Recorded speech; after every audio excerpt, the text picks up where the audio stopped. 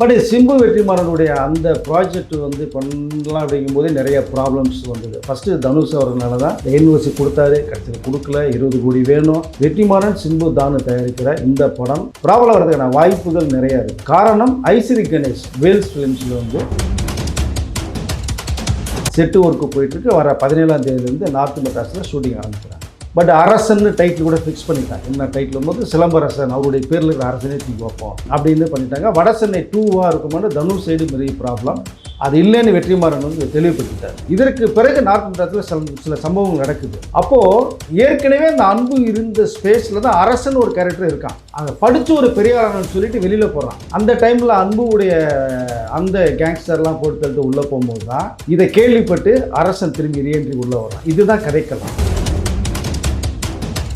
வாடிவாசல் சூர்யா வச்சு பண்ணுவோம், இது எப்படி அப்படின்லாம் இப்படிலாம் குழப்பும் போது வாடிவாசல் படத்துக்கு வெற்றிமாறன் அந்த ஃபுல் அமௌண்ட் சம்பளம் வாங்கிட்டாங்க. அதுக்கு ஒரு படம் பண்ணணும். பண்ணாமல் இவர் விடுதலை முடிஞ்சோன்னா போக முடியாது. இப்போ தானுக்கு பண்ணி தரதா ஒரு மேட்ரு. இந்த கதையை சொன்னோன்னா தானுக்கு கொடுத்தது சிம்பு ரெடியாக இருக்காங்க போது சிம்பு வச்சு பண்ணலான்னு போகிறாங்க போது அவங்க டென்ஷன் ஆகிறாங்க.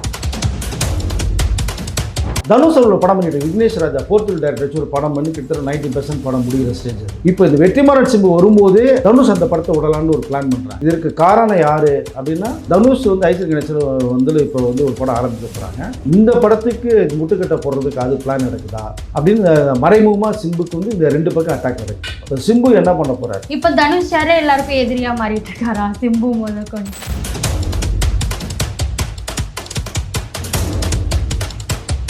இங்கே ரிஷப் ஷெட்டி வந்து நம்ம தமிழ் படத்தை பாராட்டுறாரு. தமிழ் பட ஹீரோ வந்து அவருக்கு காந்தாரா பார்த்துட்டு பாராட்டுறாரு. யாஷ் வந்து காந்தாரா பற்றிக்கும் போது என்னுடைய படம் காந்தாரா அது ஜெயிக்கணும், ரிஷப் ஷெட்டி மிகப்பெரிய வரணும்னு அவரு சொல்றாரு. இவன் படத்தை காலி பண்ணணும், அவன் படத்தை காலி பண்ணணும் அப்படின்னு ஒரு ஐடிவிங்க வேற வேலை செஞ்சு ஸ்பெசிஃபிக்காக ஒரு ஆஃபீஸ் ஏசி ரூம் போட்டு வேலை செஞ்சுட்டு இருக்காங்க. காந்தம் மீடியா வியூவர்ஸ்க்கு வணக்கம். நான் உங்கள் விஜயாஸ்மின். இன்னைக்கு நம்மளோட guest senior journalist Venki sir அவர்கள் தான். வணக்கம் சார். வணக்கம் சார். சிம்பு வெற்றிமாறன் அவர்களோட படம் ஆல்ரெடி நிறைய படத்தை முதற்கொண்டு டைட்டில் முதற்கொண்டு நிறைய சிக்கல்களை கடந்து தான் வந்துச்சு. இப்போ ஒரு டேட்ல வரும் அப்படின்னு எதிர்பார்க்குற டைம்ல மீண்டும் ஒரு சிக்கலா வேல்ஸ் ஃபிலிம் ஐஸ்வரி கணேசாரால அந்த ஒரு பிரச்சனை வரப்போகுதுன்னு சொல்லிட்டு கேள்விப்பட்டோம். இது எப்படி பாக்குறீங்க? சிக்கல்கள் வரதான் செய்யும். சினிமா அரசியல்னாலே சிக்கல்கள் அதெல்லாம் தாண்டி வர்றதானே. பட் சிம்பு வெற்றிமாறனுடைய அந்த ப்ராஜெக்ட் வந்து பண்ணலாம் அப்படிங்கும்போதே நிறைய ப்ராப்ளம்ஸ் வந்தது. ஃபஸ்ட்டு தனுஷ் அவர்களால தான் இந்த யூனிவர்சிட்டி கொடுத்தாரு, கடைசியில் கொடுக்கல. 20 கோடி வேணும் அப்படிங்கிற அளவுக்குலாம் பேசி அது ஒரு பெரிய தலைவலியை கொடுத்துச்சு. அதுக்கு வெற்றிமாறன் வந்து ஒரு விஷயத்தை வீடியோ மூலம் சொல்லி ஆஃப் பண்ணார். இதற்கு பிறகு ஷூட்டிங் பண்ணலாம் போது செட்டு போட்டுட்டு இருந்தாங்க. ஆரம்பிக்கலாம் போது திரும்பி ஒரு பிரச்சனை வருது.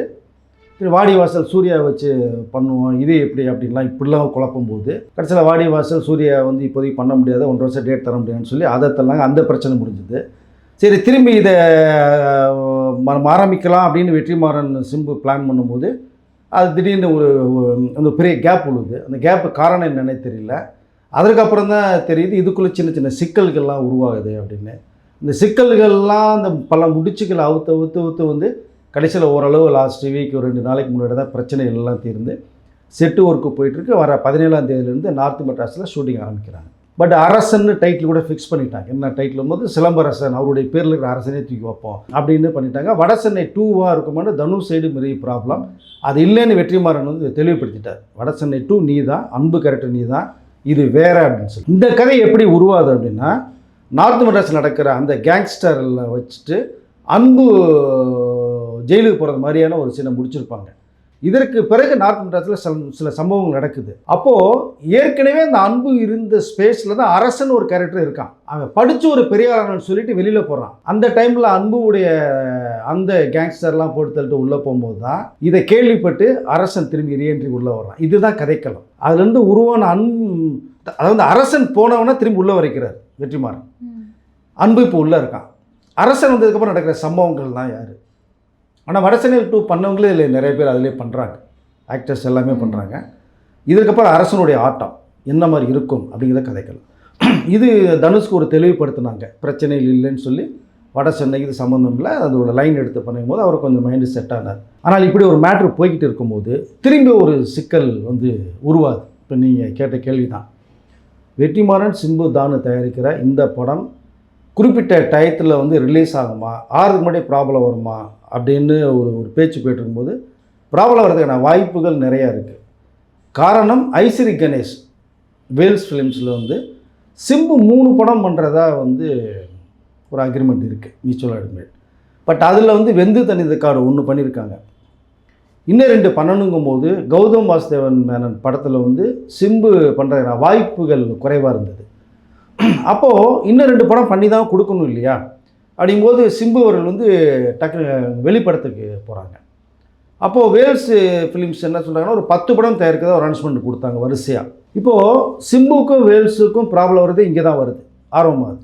3 படம் பண்ணி கொடுத்துட்டு வெளியில் போகணும்னு சொல்லும் போது இவங்க இல்லை, எனக்கு அடுத்தடுத்த இந்த படம் வருது, நான் பண்ணிவிட்டு பார்ப்போம் அப்படிங்கிற ஒரு கொஸ்டின். அப்போ நான் கொடுத்த அட்வான்ஸ் இருக்குது, அந்த தொகையை கொடுங்க. இது ப்ரொடியூசர் கவுன்சில் வரைக்கும் பிரச்சனையாகி கோர்ட்டு வரைக்குமே பிரச்சனை போச்சு. இந்த ஒரு பிரச்சனை நடந்துக்கிட்டே இருக்குது. இப்போ இந்த மிடில் தான் வெற்றிமாறனும் சிம்புவும் படம் பண்ண போகிற ஒரு தகவல். இந்த படத்தை ஐஸ்வர்யவேலனும் தயாரிக்கலாங்கிற ஒரு கணக்கு அவங்க சைடு போட்டாங்க. பட் அங்கே அந்த பேனருக்குள்ளே சிம்பு வெற்றிமாறன் போகலை. தான் ஆல்ரெடி கமிட்மெண்ட் பண்ணாங்க. காரணம் வாடிவாசல் படத்துக்கு வெற்றிமாறன் அந்த ஃபுல் அமௌண்ட் சம்பளம் வாங்கிட்டாங்க. அதுக்கு ஒரு படம் பண்ணணும், பண்ணாமல் இவர் வெற்றிமாறன் விடுதலை முடிஞ்சோன்னா போக முடியாது. அப்போ தானுக்கு பண்ணி தரதா ஒரு மேட்ரு. இந்த கதையை சொன்னோன்னா தானுக்கு பிடிச்சது. சிம்பு ரெடியாக இருக்காங்கும்போது சிம்பு வச்சு பண்ணலான்னு இது பண்ணும்போது அவங்க டென்ஷன் ஆகிறாங்க. இப்போ எப்படி இது முடியும் எனக்கு பண்ணாமல்? அங்கே ஒரு ப்ராப்ளம். ஸோ இந்த நேரத்தில் தான் தனுஷ் அவர்கள் படம் பண்ணிட்டு விக்னேஷ் ராஜா போர்த்துகல் டைரக்டர் வச்சு ஒரு படம் பண்ணி கிட்டத்தட்ட 90% படம் முடிகிற ஸ்டேஜ் அது. இப்போ இந்த வெற்றிமாறன் சிம்பு வரும்போது தனுஷ் அந்த படத்தை விடலான்னு ஒரு பிளான் பண்ணுறாங்க. இந்த மிடில் ஒன்று போயிட்டு இருக்கும்போது வேல்ஸ் ஃபிலிம்ஸ் இதில் வந்து தனுஷ் ஒரு 3 படம் வரிசையாக பண்ணுறாரு. இப்போ அந்த படமும் ஷூட்டிங் ஆரம்பிக்க போகுது. இப்போது மறைமுகமான சிம்புக்கு ஒரு அட்டாக் வந்து 2 பக்கம் அம்பு வருது. இந்த படம் குறிப்பிட்ட டயத்துக்கு 14ஆம் தேதி ஆரம்பிக்கிறாங்க, மாற்றமே கிடையாது. ஆனால் ரிலீஸ் அப்போ ஒரு செக் வைக்கிறதா இருக்காங்க. இப்போ அங்கே ஒரு ப்ராப்ளம் ஆரம்பிக்குது. இப்போ இதை தனுஷ் அண்டு ஐஸ்வரி கணேசன் அந்த படம் பண்ண போகிறாங்க. அங்கே ஒரு ட்விஸ்ட் ஏதோ நடந்திருக்கு. அப்போது இங்கே சிம்புக்கு வெற்றிமாறனுக்கு ப்ராப்ளம் தானுக்கு வர மாதிரி தானு சொல்கிறாரு, அவர் பாட்டுக்கு ஏதாவது இந்த கட்டையை போட்டால் என்ன பண்ணுறது, நமக்கு இப்போவே பேசி தீர்க்கணும் அப்படிங்கிற அளவுக்கு ஒரு பிரச்சனை வருது. அப்போது வெற்றிமாறன் தானு வந்து நம்ம ஐஸ்வரி கணேசன்ட்டெல்லாம் பேசுகிறாங்க, சிம்புவும் பேசப்படுது. அவர் வந்து இதில் காம்ப்ரமைஸ் ஆகிறது மாதிரி ஐடியாவே இல்லை. எனக்கு சிம்பு வந்து இந்த நான் கொடுத்த அட்வான்ஸ் ஃபுல் பேமெண்ட் வரணும், இல்லை எனக்கு 3 படம் பண்ணி தரணும், இந்த 2 படம் பேலன்ஸ் இருக்குது, இது இல்லாமல் எப்படி நீங்கள் அடுத்ததில் பண்ண முடியும்னு அவர் ஒரு செக் வைக்கிறாங்க. ஸோ இப்போ ட்ரையாங்கிளில் ஒரு பிரச்சனை ஓடிட்டுருக்கு. தானவர்கள் வந்து இந்த பிரச்சனைலாம் முடிஞ்சால் தான் நம்ம வந்து ஆரம்பித்து ரிலீஸ் அப்போ ப்ராப்ளம் வந்து என்ன பண்ணுறது அப்படின்னு விஷயத்தில் இப்போ கேள்விக்குரிய ஒரு விஷயம் இருக்குது. இதற்கு காரணம் யார் அப்படின்னா தனுஷ் வந்து ஐஸ்வரி கணேசன் வந்து இப்போ வந்து ஒரு படம் ஆரம்பிக்க போகிறாங்க. இந்த படத்துக்கு முட்டுக்கட்டை போடுறதுக்கு அது பிளான் நடக்குதா அப்படின்னு மறைமுகமாக சிம்புக்கு வந்து இந்த 2 பக்கம் அட்டாக் நடக்குது. இப்போ சைலண்டாக இப்போ சிம்பு என்ன பண்ண போகிறார், ஐஸ்வரி கணேஷ்ட்டு எல்லாம் பேசிட்டாங்க. பேசினால் அவர் காம்ப்ரமைஸ்க்கு வரலை. எனக்கு முடிவு தெரியாமல் நான் பண்ண முடியாது, படம் ரிலீஸ் அப்போ அவர் ஒரு சின்ன ப்ராப்ளத்தை உருவாக்குவார். இதற்கு முன்னாடியே தக்லைஃபில் ஒரு பிரச்சனை உருவாச்சு, அந்த படமே ரிலீஸ் ஆகாத அளவுக்கு. ஏன்னா சிம்பு இருக்கிறதில்ல. அப்போ அதுக்கு எல்லாம் பேசும்போது கமலஹாசன் மணிரத்னம் இருக்காங்க, அவங்க 2 பேரும் மரியாதைக்காக வந்து அவங்க மேலே அன்பு நான் வச்சுருக்கேன், மரியாதை இருக்குது, அதனால் பரவாயில்லன்னு சொல்லி ஐஸ்வரி கணேசன் அதில் கொஞ்சம் ஆஃப் ஆகி அந்த படம் ரிலீஸ் ஆச்சு. இந்த படத்துக்கு அரசன் படத்துக்கு கண்டிப்பாக ஐஸ்வரி கணேசன் மிகப்பெரிய ஒரு செக் வைப்பார். ஸோ ரிலீஸ் அப்போ இது எப்படி தீர்க்க போகிறாங்க அப்படிங்கிறது மிகப்பெரிய ஒரு கேள்விக்குறியாக இப்போ இருக்குது. யார் உள்ளே யார் பேசினாலும் அவர் காம்ப்ரமைஸ்க்கு வரலை. வெற்றிமாறன் பேசிட்டாங்க, தானு அவர்கள் பேசிட்டாங்க, சிம்பு சைடும் பேசிட்டாங்க. ஐஸ்வரி கணேசன் வேல்ஸ் ஃபிலிம்ஸ் வந்து காம்ப்ரமைஸ்க்கு வரலை. இது ப்ராப்ளம், இது இருக்குது. இது எந்த அளவுக்கு ஒரு முடிவுக்கு வரும்னு தெரியல. தனுஷ் மனசு வச்சா முடியலாம், ஐஸ்வரி கணேஷ்ட சொல்லி நம்ம பண்ணுவோம், அவங்க ரிலீஸ் ஆகிட்டா பார்த்துக்கலாம், பிரச்சனை இல்லைன்னு சொன்னாது முடியும். ஆனால் இந்த பிரச்சனைக்கெல்லாம் காரணம் யார் அப்படிங்கிற அளவுக்கு ஒரு விஷயம் பேசப்பட்டுருக்கு.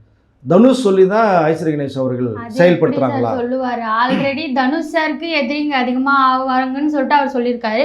இப்போ தனுஷ் சாரே எல்லாருக்கும் எதிரியாக மாறிட்டு இருக்காரா சிம்பு முதற்கொண்டு? இல்லைங்க, இது எது வேணால் நடக்குங்க. அரசியலில் நடக்கிறது மாதிரி சினிமாலேயும் நடக்கும். இது ஒருத்தருடைய வளர்ச்சி வந்து இப்போ இவர் வளர்ந்துட்டால் அவருக்கு பிடிக்காது, அவர் வந்து இவங்களுக்கு பிடிக்காது, 2 பேர் வந்து 3ஆவது வந்து அவரையும் பிடிக்காது. அப்படித்தான் இன்றைக்கி இங்கே சினிமா பார்க்கப்படுது. ஆனால் இதை அப்படியே நீங்கள் திருப்பி ஒரு விஷயத்தை எடுத்துக்கிட்டிங்கன்னா, அங்கே ரிஷப் ஷெட்டி வந்து நம்ம தமிழ் படத்தை பாராட்டுறாரு.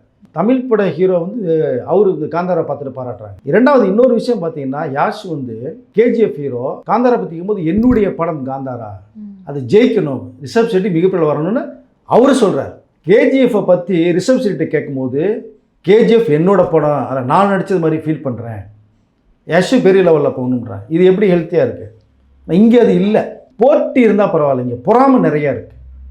ஒரு ஹீரோ எப்படி சம்பளம் மதியம் வாங்கலாம், நமக்கு பின்னாடி லட்சம் வாங்கினா நீ கோடிகள் வாங்குறான். என்ன காரணம்? இவனை வளர விடக்கூடாது, அடிக்கணும் அப்படிங்கிற ஒரு கணக்கு தான் இங்கே போய்கிட்டு இருக்கு. பட் அது தவறான ஒரு செயல். பட் இந்த படம் வந்து சைலண்டாக போட்டு திடீர்னு ஒரு பிரச்சனை உருவாயிருக்கு. இப்போ இந்த அரசன் படம் ரிலீஸ் ஆகிறதுக்கு முன்னாடி கண்டிப்பாக அவங்க ஒரு ப்ராப்ளத்தை ஃபேஸ் பண்ணி தான் தீரணும். அது ஐஸ்வர்யா கணேசன் மனசு வச்சா தான் அது முடியும். ஆனால் மனசு வைக்கிறது மாதிரி இப்போது வரைக்கும் தெரியும். நீங்கள் சொன்ன மாதிரி தமிழ் சினிமாவில் மட்டும் இந்த மாதிரிலாம் நடக்கிறதுக்கான காரணம் என்ன சார்? ஏன்னா எல்லாரும் ஆல்ரெடி ஒரு உச்சத்தில் தான் இருக்காங்க. தனுஷும் சரி, சிம்பு அவர்களும் சரி, ஒவ்வொரு உச்சத்தில் இருக்காங்க. உச்சத்தை தொட்டதுக்கு அப்புறம் கூட எதனால இந்த போட்டி போறாம அப்படின்றது வருது. அதுதான் சொல்லல, ஒருத்தரோட வளர்ச்சி ஒருத்தருக்கு பிடிக்காம இருக்கு, அதுதான் காரணம். முன்னெல்லாம் பார்த்தீங்கன்னா நம்ம எல்லா ரசிகர்களுமே எல்லா ஹீரோ படத்தை பார்ப்பாங்க. ரஜினி சார் படத்தை கமல் ஃபேன் பார்ப்பாங்க, கமல் படத்தை ரஜினி சார் ஃபேன்ஸ் பார்ப்பாங்க. ஒரு படம் வெற்றிகரமாக 100 நாள் ஓடும். இன்றைக்கி அப்படி இல்லை. இவன் படத்தை காலி பண்ணணும், அவன் படத்தை காலி பண்ணணும் அப்படின்னு ஒரு ஐடிவிங்க வேறு வேலை செஞ்சுக்கிட்டு இருக்கு. ஸ்பெசிஃபிக்காக ஒரு ஆஃபீஸ் ஏசி ரூம் போட்டு வேலை செஞ்சுட்டு இருக்காங்க. என்ன லாபம்? ஒரு ஹீரோ ஒழிச்சிட்டா போதுமா? நீங்கள் நல்ல கதையோடு ஒரு படம் கொடுத்தீங்கன்னா மக்கள் செலிப்ரேட் பண்ண தான் செய்வாங்க, ஒழிக்கவே முடியாது. ஒரு தயாரிப்புற பல கோடியை கடனை வாங்கி படம் பண்ணுறாங்க, பாவம். இது இந்த நிலை மாறணும் தமிழ் இண்டஸ்ட்ரியில். இப்போ இவ்வளோ சிக்கல் அந்த அரசன் படத்துக்கு இருந்தாலும் அதெல்லாம் தாண்டி நல்லபடியாக வந்துடுமா? கண்டிப்பாக அது ஒன்றும் பிரச்சனை இல்லை. நான் தானு அவர்கள் வந்து பக்கா ஒரு மாஸ்டர் பிளான் பண்ணி பண்ணக்கூடிய ப்ரொடியூசர் அவர். வெற்றிமாறன், சிம்பு, இந்த காம்போ நல்ல காம்பினேஷன். இதுக்குள்ள அனிருத் உள்ள வராது. சிம்புவுக்கும் ஐஸ்வர்யா கணேசனுக்கும் உள்ள அந்த பிரச்சனையினால் எல்லா பேரும் பாதிக்கப்படுறது மாதிரி போகிறாங்க. ஒன்று ஐஸ்வர்யா கணேசன் அவர்கள் வந்து இறங்கி இந்த படத்துக்கு என்ன விஷயம், என்ன நடக்குது, அடுத்து என்ன பண்ண போகிறீங்கன்ற இந்த இறங்கி காம்ப்ரமைஸ் பண்ணார்னா ஓகே. ஒன்று சிம்பு இறங்கி ஐஸ்வர்யா கணேசன் அவர்கிட்ட பேசி படம் பண்ணுவோம், நான் இருக்கேன், இது முடிச்சிடலாம்.